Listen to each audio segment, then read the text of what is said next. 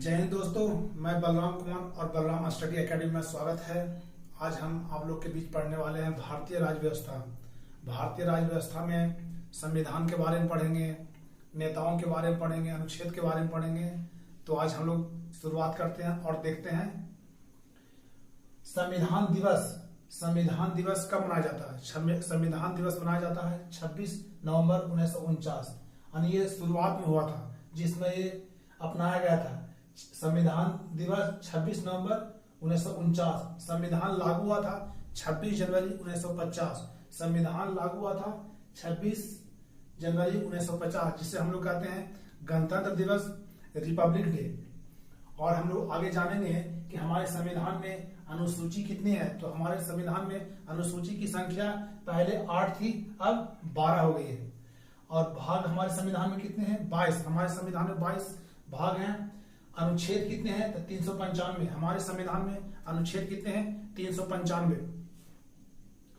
अब देखेंगे प्रमुख अनुच्छेद। प्रमुख अनुच्छेद जिसके अंतर्गत क्या क्या आते हैं। तो पहला देखेंगे मौलिक अधिकार। मौलिक अधिकार 12 से 35 के अंतर्गत आते हैं। मौलिक अधिकार अनुच्छेद 12 से 35 के अंतर्गत। और भाग 3 में स्वतंत्रता का अधिकार।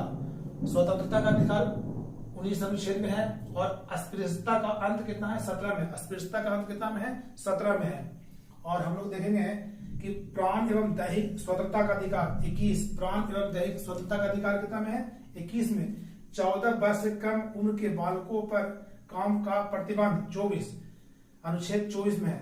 14 वर्ष से कम उम्र के बालकों पर काम का प्रतिबंध है अनुच्छेद 24 में, कि हम लोग 14 वर्ष से नीचे के बच्चे हैं उसको हम कारखाने में मजदूरी में काम नहीं करा सकते हैं। और अगला देखेंगे राज्य के नीति निर्देशक तत्व। राज्य के नीति निर्देशक तत्व है अनुच्छेद 36 से 51। मौलिक कर्तव्य 51 के क और भाग 4 के क में पड़ता है। मौलिक कर्तव्य 51 के क और भाग 4 में। और धन विधेयक 110। धन विधेयक ये बहुत बार क्वेश्चन पूछा गया है कि धन विधेयक किस अनुच्छेद में है? 110। वार्षिक वित्तीय विवरण। वार्षिक वित्तीय विवरण अनुच्छेद 112 में है। वार्षिक वित्तीय विवरण अनुच्छेद 112 में है। लेखानुदान। लेखानुदान अनुच्छेद 116। लेखानुदान 116 अनुच्छेद में है। राष्ट्रीय आपात 352। राष्ट्रीय आपात यानी राष्ट्र पर कोई आपात लग गया तो उसको किस अनुच्छेद के तहत देश में लगा सकते हैं? तो कितना है? 352। और राष्ट्रपति शासन 356 अनुच्छेद 356। किसी देश में अगर सरकार न बन रही हो उस स्थिति में सेंट्रल गवर्नमेंट लगाती है राष्ट्रपति शासन, उसे क्या बोलते हैं? अनुच्छेद 356 के अंतर्गत। वित्तीय आपात 360। वित्तीय आपात 360। संविधान संशोधन। संविधान संशोधन 368 अनुच्छेद में है। अगर संविधान में कुछ त्रुटि है, कमी है या कुछ जोड़ना है जिससे हम लोग संशोधन करते हैं तो अनुच्छेद 368 में उसका वर्णन है। जम्मू कश्मीर विशेष प्रावधान अनुच्छेद 370। जम्मू कश्मीर विशेष प्रावधान 370, लेकिन अब इसे मोदी गवर्नमेंट के द्वारा हटा दिया गया है।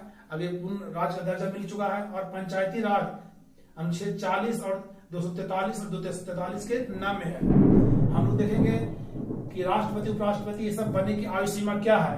तो राष्ट्रपति के लिए 35 वर्ष, उपराष्ट्र के लिए 35 वर्ष और राज्यपाल के लिए भी 35 वर्ष।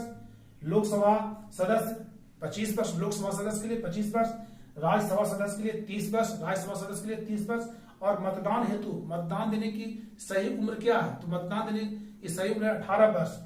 और विवाह हेतु लड़का का वर्ष, कितने उम्र में लड़का का विवाह करने के एक सरकारी मापदंड है तो है 21 वर्ष। विवाह हेतु लड़की का उम्र 18 वर्ष।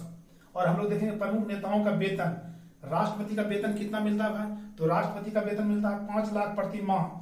उपराष्ट्रपति का 4 लाख प्रति माह। उपराष्ट्रपति का 4 लाख प्रति माह। राज्यपाल का 3.5 लाख प्रति माह।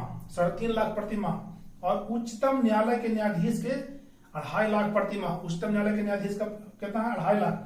उच्च न्यायालय कितना है? तो 2.5 लाख प्रति माह, उसका भी 2.5 लाख प्रति माह ही है।